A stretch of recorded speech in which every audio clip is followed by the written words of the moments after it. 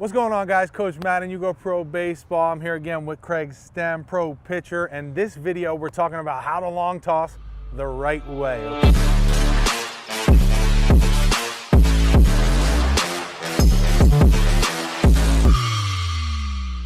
He's got some really cool stuff that we were just talking off camera that I'm really excited for you guys to hear. But before we get into it, I want to talk about something he's got going on. He makes these really cool watch straps. Whether you got an Apple Watch, a Fitbit, whatever it is, he makes them out of baseballs, baseball gloves, really cool stuff. Check them out in the description at the link below. Now, let's get into it. You do a few things unique that I've never seen or heard in long toss. It's helped you. Let's talk about it. Right. What do you do? Well, the main thing I do in long toss, I just throw the ball as far as I can. But that's not the part you're talking about that's unique, right? The part that's unique, I basically try to get, you see we have the camera set up. Here's home plate. We're down the third base line, right? If there's nobody on a field and you're playing catch with somebody, don't go to the outfield. Use the lines on the field to your advantage. I like to have two lines. So we don't have the line painted here, but you can see it vaguely, the third base line. But what we're really going to use is this cut of grass right here. So we saw an earlier video and I talked about how to use the front side and where you want your glove to go in relation to where you release the ball, right? So if you release the ball, I'm gonna try to get this ball in my release point lined up over this cut of grass. It's a straight line, right? My partner would be down that way if I'm long tossing with him. And basically, I'm gonna try to get into a position where when my front foot hits the ground, my release point is directly over this cut of grass. That is my release point line. Now from there, I want to get my front side and my front foot over this line, and that's gonna help me create my rotational velocity in the most efficient way. I'm gonna get my foot out here, I'm gonna get my glove out here, and I'm gonna rotate them, and I'm gonna land to where I'm releasing the ball directly over that cut, and that's gonna help me throw the ball as far as I possibly can. So all I'm gonna do is come into my throw like this, do a nice step behind, get my foot over here, get my glove over here, rotate, and throw this thing. And one of the reasons I love long toss is we're competitive, man. And I can sit here, I used to always just throw 200 feet and just try to throw the ball in a straight line. And I mean, I think that that works in a way, but it was less satisfying to me because I don't really know how hard I'm throwing that ball.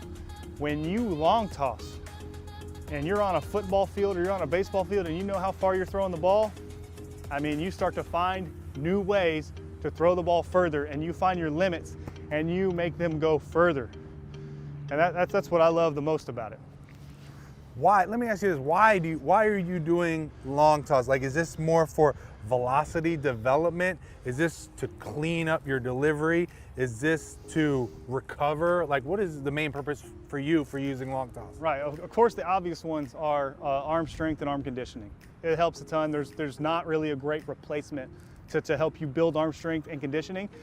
My favorite benefit of long toss, it amplifies the flaws in your delivery. If you have a leak, long toss is gonna call it out big time, big time. If you over rotate your front side on the mound, you might miss by 6 inches to 8 inches, I don't know. If my front side leaks and I'm long tossing to my partner who's 300 feet away, I'm throwing this ball on the interstate over there. Like, I'm gonna miss so bad. So you end up staying in better positions just because you know that that's what you have to do to get the ball to your partner. And if you can video it, the issues become glaring if you're doing something wrong. Your body, as humans, our body tries to accomplish the task that we give it. So if we've got someone that's so far away, we're gonna try to do whatever we can to try to get that ball to him naturally or instinctively. Our body does that. Also, same thing, if we're trying to be straighter, right? You know, we're gonna try to stay more on that line. So it's a good way. Me personally, I wasn't a huge long toss guy. I would go 150, 180, and I was staying with the sinker and try to throw it as hard as I could.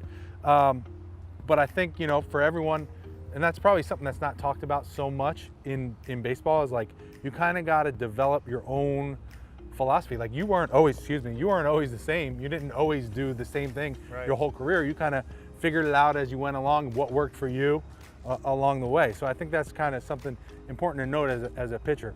Let me ask you this though, about your long tossing. how often would you do it? Like, were you doing it every single day, every other day, or Right. did it vary? How did that work? Yeah, so my routine, basically, I would max long toss once a week, maybe once every 2 weeks. Now, anytime I go throw, I throw as hard as I can, all the time. Even if I'm only throwing by myself into a net in a facility because my catch partner didn't want to throw that day, I'm throwing the ball as hard as I can. You want to throw hard? You got to train to throw hard. You want to throw hard and throw strikes? You have to train to throw hard strikes. You have to try to throw the ball right in the middle as hard as you can. Steph Curry did not get good at shooting threes by practicing layups, right? He just shot a whole bunch of three-pointers, right? That's the way it goes. So long toss, obviously you're throwing the ball as hard as you can. It's very taxing on not only your arm, but you're getting all of your legs inside, you're getting this front side in, you're working your core. Like it's like John said, your body is smart. It will find a way to accomplish the task, right? You throw one ball that goes as far as you wanted it to go, and it was further than the one you threw before it, your body's gonna kind of remember what positions you got in to achieve that, and it's gonna repeat it. You do that enough times, and you've now perfected your delivery. I've got a question. I don't know if I've ever talked about this or not. I'm not sure. But are you a guy who likes to lift or work out before you throw, or throw before you lift and work out? Because I know that's some guys Right. have different opinions on that. I do all of my throwing first in a day. And, you know, sometimes you got to do what you got to do, right? My catch partner doesn't want to throw until 3 p.m. I'm probably going to get up in the morning and lift that day. That's not my ideal situation. In my perfect world, I get my throwing in and then I go lift.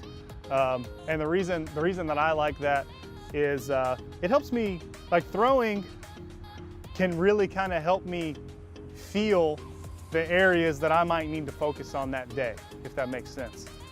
I just really don't want to go into my throwing session already fatigued, right? That's the most important part of my day for me. And you know, long toss is amplifying those inconsistencies or those leaks. So if you're fatigued, you're gonna have more of that. You're gonna make your job harder, and you're just working on being more inconsistent. If you're trying to be more consistent, you don't want to be working on more inconsistent. Right. So that makes sense to me. I was the same way. Always wanted to get my throwing. Yeah, you're more likely for your arm to get low and not get into the right positions, which ends up causing more soreness. And if you do it long enough, you will eventually injure yourself. So. Is there anything that you do specifically in long toss that you want to touch on, that maybe you like taking out the lower body or anything like that? Right. No, I focus a ton on my lower half, but I am just a big proponent of what my arm is doing. So when I long toss, you've heard me discuss, when I pitch, I really try to get my elbow popped up and in front so that I could come through with flexion and then snap out front. When I long toss, this is the best time to work for that. It's incredibly difficult to achieve what I'm talking about without years of training on the mound, because it's so tough to train yourself to delay this layback, because everybody's been taught to lay it back here and then come through and throw. But if we're gonna come through with flexion on the mound, then that's really difficult to achieve. But in long toss, it's way easier because our release point is so much higher, right? We're gonna throw the ball up in the air, so my release point ends up being up here. So now all of a sudden, the flexion is heading up and I release like that. Go out and try that. Try to come through with flexion and feel that snap out front, and you'll see the ball just take off. You'll backspin it and it will just ride. And that's what I like to feel, for sure. You know, now that you say that too, there's a misconception in pitching up the mound and stuff. You always hear coaches say, reach out front, get out here on your release point. Realistically, if you look at video, this is not where the release is happening. The release is happening up here, in line with your back, your butt, and all the way down to your heel. If you've created enough energy down that mound correctly, or even in long toss, you know, you should be right on that line this way. The only difference with long toss is you're releasing it more right up. Wrist back a little bit, I guess, a little bit more. So very cool stuff, very cool stuff. So if you guys are, you know, proponent of if you guys like long tossing, maybe this is some good tips to steal. Also, think about building what works for you, building your own philosophy in pitching, right?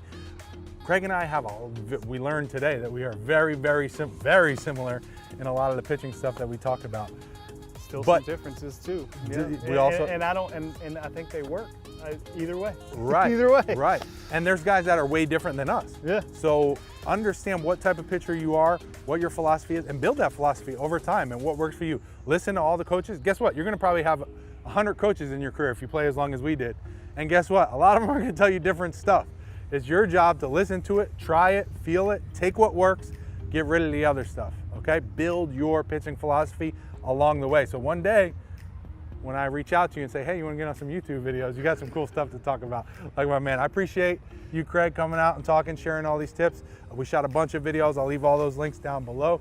If you want to get in touch with Craig, he's in the Asheville, North Carolina area. I'll leave all his information down below. Hit him up if you want to do some training, or he might be playing somewhere else. So he's still playing, still pro pitcher. So just hit him up. His contact info is down there. Check out his watch straps. All the links down in the description. Hop in the comment section. Let us know what you're doing. Are you long tossing? Are you a guy who likes to stay 150, 180? What are you doing? What's your goal? How fast are you throwing? Let us know in the comments below. If you have any questions, we also be happy to answer them down there. Thanks so much for watching. We'll see you guys in the next video.